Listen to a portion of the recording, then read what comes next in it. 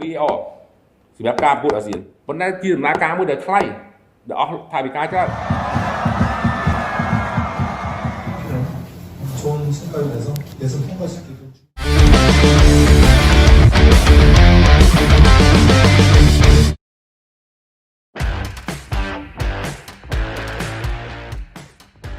Thailand yang telah berhasil lolos ke babak final AFF 2024 menuai banyak kontroversi usai tuduhan hasil laga semifinal yang dibantu wasit. Ya, laga sengit baru saja digelar di Stadion Raja Mangala, Bangkok, Thailand yang mempertemukan timnas Thailand versus Filipina di leg kedua semifinal Piala AFF pada Senin 30 Desember kemarin. Skuad Gajah Perang memasuki lapangan dengan ambisi memenangkan pertandingan via selisih 2 gol, sebab di leg pertama semifinal Piala AFF yang dilangsungkan di markas Filipina, Thailand harus kalah dengan skor 1-2. Sejak menit pertama, skuad asuhan Masatada Ishi menggempurkan pertahanan The Azkals, namun pertahanan rapat berhasil diperagakan timnas Filipina asuhan Albert Capelas. Setelah melakukan gempuran demi gempuran, Thailand akhirnya membuka keunggulan di menit ke-37 lewat sepakan sang kapten Viradol Kamrasamy. Namun sebelum gol tercipta, terlihat jelas dalam siaran ulang bahwa bola yang dikuasai oleh pemain Thailand Siksan Ratri sudah meninggalkan lapangan. Uniknya, wasit Kimura Hiroyuki yang memimpin pertandingan sama sekali tidak melihat siaran ulang ataupun VAR untuk memastikan bola sudah meninggalkan lapangan atau tidak. Padahal jika wasit mau bergeser sejenak, gol yang dilesakan oleh Viradol Kamrasamy bisa saja dibatalkan. Jika gol Viradol Kamrasamy tidak sah, otomatis laga Thailand versus Filipina berakhir imbang 0-0 di babak pertama. Dan andai ini yang terjadi, timnas Thailand pun praktis lebih sulit untuk melakoni babak kedua. Ya, berkaca dari ini tentu kian membuktikan kalau sejatinya AFF memang menjadi ajang yang serba settingan, dan kemenangan Thailand di laga kemarin juga nampak jelas dibantu wasit.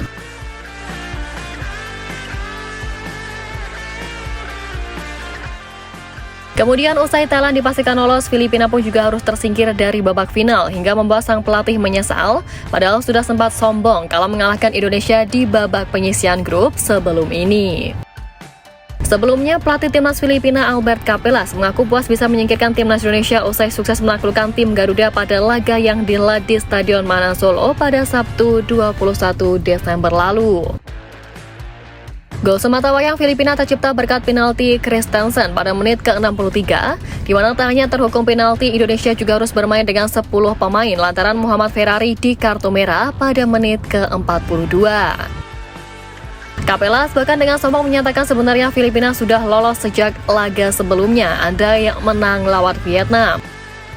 Tapi usai kekalahannya atas Thailand kemarin, mereka begitu menyesal telah besar kepala pada Indonesia yang padahal kalah bermain dengan 10 pemain pun, pelatih Filipina mengakui bahwa tidak mudah mengalahkan skuad Garuda.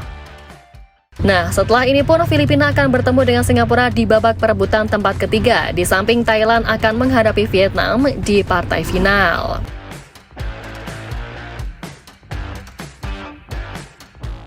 Ya, dari semua yang terjadi di ajang bergengsi ASEAN itu, PSSI selaku Federasi Sepak Bola Tanah Air sejatinya telah menduga soal kecurangan yang dilakukan AFF di ajang 2 tahunan ini. Apalagi hal ini jika menyita di balik kemenangan timnas Indonesia atas Myanmar di ASEAN Cup 2024 yang sempat memunculkan kekhawatiran setelah Marcelino Ferdinand menjadi korban dari aksi brutal pemain lawan.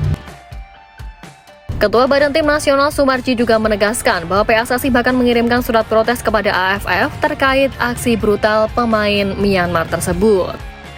Ya, kala itu Marcelino Ferdinand selalu menjadi sasaran permainan keras pemain Myanmar, di mana puncaknya terlihat di menit akhir pertandingan ketika pemain Myanmar saat melakukan clearance sengaja menendang bola dengan keras ke arah kepala Marcelino yang terjatuh.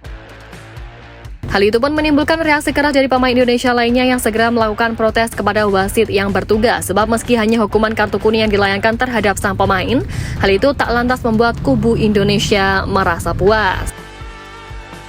Nah, laporan yang dilayangkan oleh PSSI imbas kejadian ini pun bahkan membuat publik Vietnam turut merespon langkah Federasi Tanah Air itu dan merasa tak habis pikir dengan sikap yang ditunjukkan oleh Indonesia. Ya, PSSI disebut selalu membuat laporan ketika timnas Indonesia dianggap dirugikan dalam suatu pertandingan di turnamen yang diikuti. Bahkan di saat skuad Garuda meraih kemenangan pun masih ada tuntutan terhadap penyelenggara turnamen seperti halnya soal Myanmar.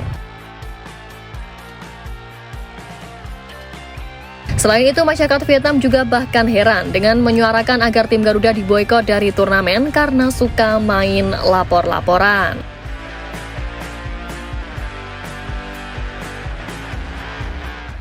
Ya, tapi meski suara sumbang dari luar meminta tim Garuda diboikot, sejatinya Indonesia sendiri juga sudah sempat mundur dari ajang kelas ASEAN ini, di mana diketahui sebelumnya PSSI telah mengumumkan pembatalan timnas Indonesia U23 di Piala AFF U23 pada 14 hingga 16 Februari 2022.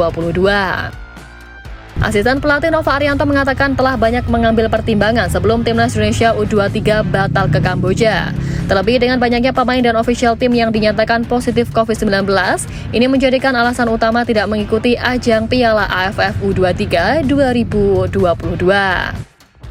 Ya, kronologi timnas Indonesia U23 mundur dari Piala AFF U23 2022 sendiri dimulai dari hasil tes swab yang dilakukan, di mana dari hasil itu ada 5 pemain yang positif COVID-19. Dijelaskan pula bahwa ada 3 pemain yang mengalami cedera saat bersama klub, yang membuat pihak PSSI pun akhirnya melakukan MRI untuk memeriksa kondisi para pemain. Namun di sini hasilnya mereka dinyatakan tak bisa pulih dalam waktu dekat, karena itu keputusan mundur akhirnya diambil sebab posisi kiper, winger, dan striker mengalami krisis pemain. Dan imbas absennya Indonesia ini, AFF sendiri juga merugi sebab Garuda menjadi tim dengan mayoritas pendukung terbanyak di kawasan ASEAN yang jelas meramaikan ajang 2 tahunan tersebut. Tak adanya Indonesia juga membuat ajang level usia di 2022 itu sepi, terlebih kala itu awal-awal ajang tersebut kembali digelar usai pandemi yang mewabah di dunia. Menyoal ini pun Pak Erick Thohir benar-benar memahami kegeraman supporter dan juga sejumlah pihak terhadap AFF. Namun PSSI, dikatakan Pak Erick, lebih ingin fokus untuk membenahi jadwal hingga timnas Indonesia bisa bermain tanpa hambatan pemanggilan pemain. Tapi ya, terlepas dari itu, sekarang pun seperti yang kita semua tahu, Indonesia lebih mengutamakan ajang yang levelnya lebih tinggi, seperti Piala Asia atau kualifikasi Piala Dunia, daripada ajang kelas regional yang penuh kontroversi.